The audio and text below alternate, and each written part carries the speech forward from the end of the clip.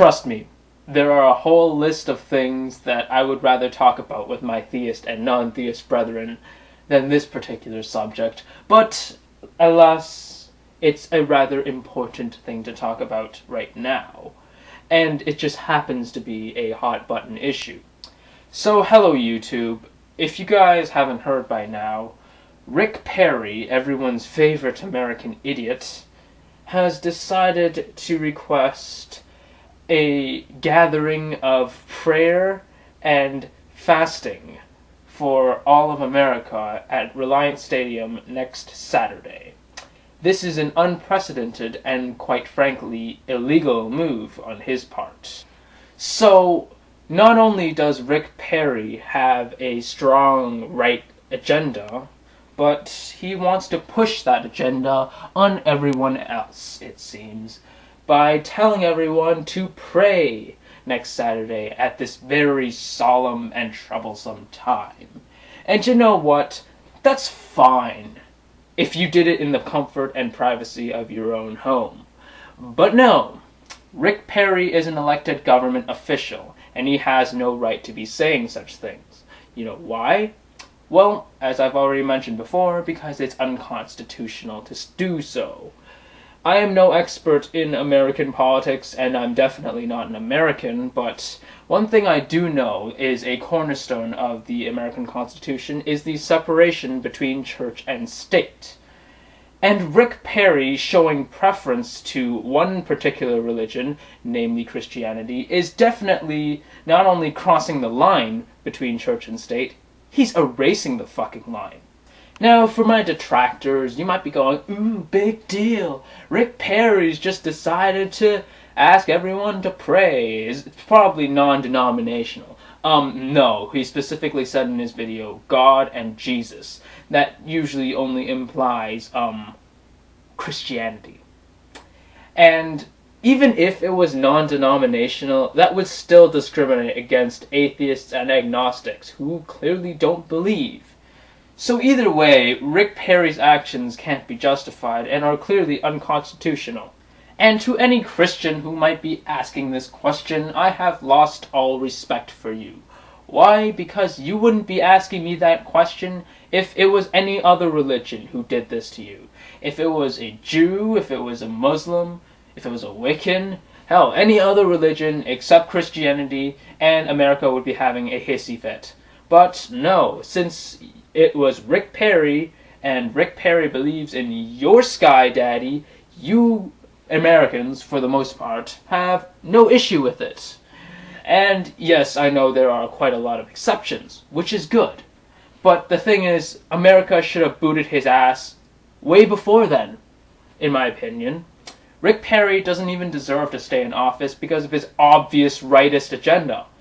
But no, apparently that having a faith in God and having a right-wing agenda apparently qualifies you to stay in American politics. Now, hold on. I'm not one to judge America. I'm not saying Canada here is all fine and dandy.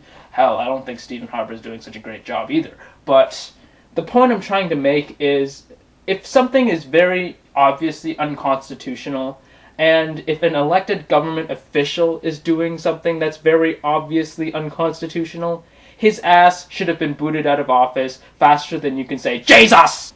So why is this such a big deal? Well, because if we continue to let pricks like Rick Perry stamp all over the American Constitution, there's not a doubt in my mind that the higher-ups will feel they can do the same.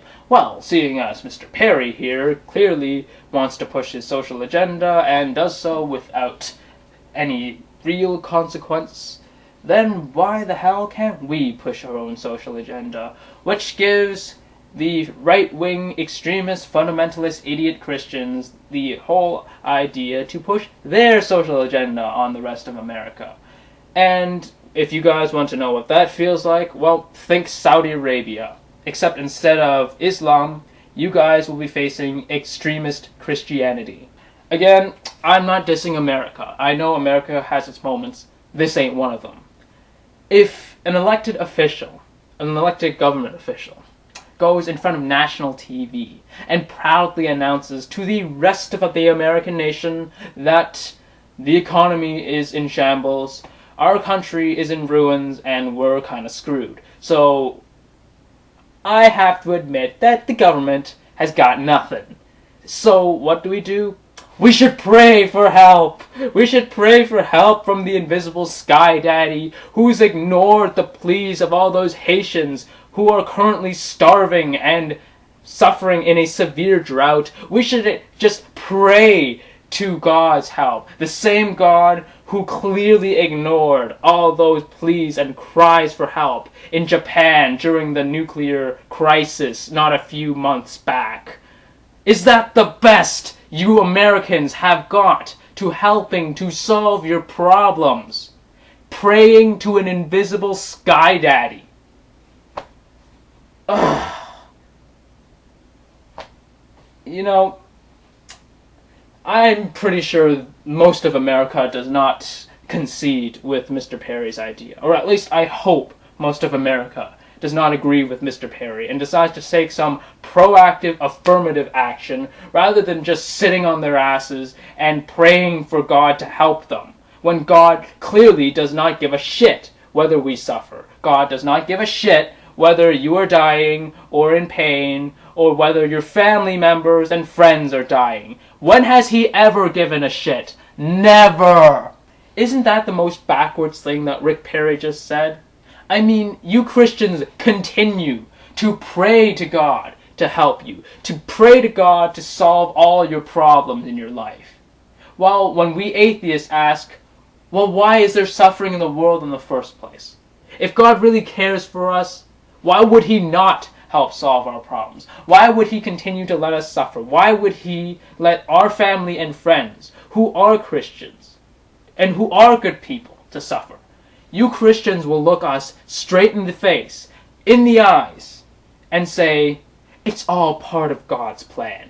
So why don't I just bounce that hypocrisy right back to Rick Perry and the rest of America who might be listening? It's all part of God's plan to have your country in shambles. It's all part of God's plan to leave your country in a shithole where you guys have to essentially solve it yourselves. It's all part of God's magnificent fucking plan to let people starve in the streets and to let others suffer, while the rich Americans like Rick Perry can sit in front of national television and rub it in your faces. If I was an American, or if I was a Christian, I would be ashamed to have Rick Perry as one of my own. But I wouldn't even go that far. I'm a human being, and I'm just ashamed to call Rick Perry a human being. He's essentially saying with this message, oh no, our problems are too much for people to solve. Let's just leave it to God. God that we cannot see nor touch nor prove. How dare you underestimate us human beings? How dare you demean us into these weak, incapable, helpless little people that can't achieve a single thing? Well, unlike you, Rick Perry, we are not weak, helpless little people that cannot achieve anything. There are hard-working men and women in the workforce that help keep your country afloat, that are the very backbone of America, the reason why it stands today.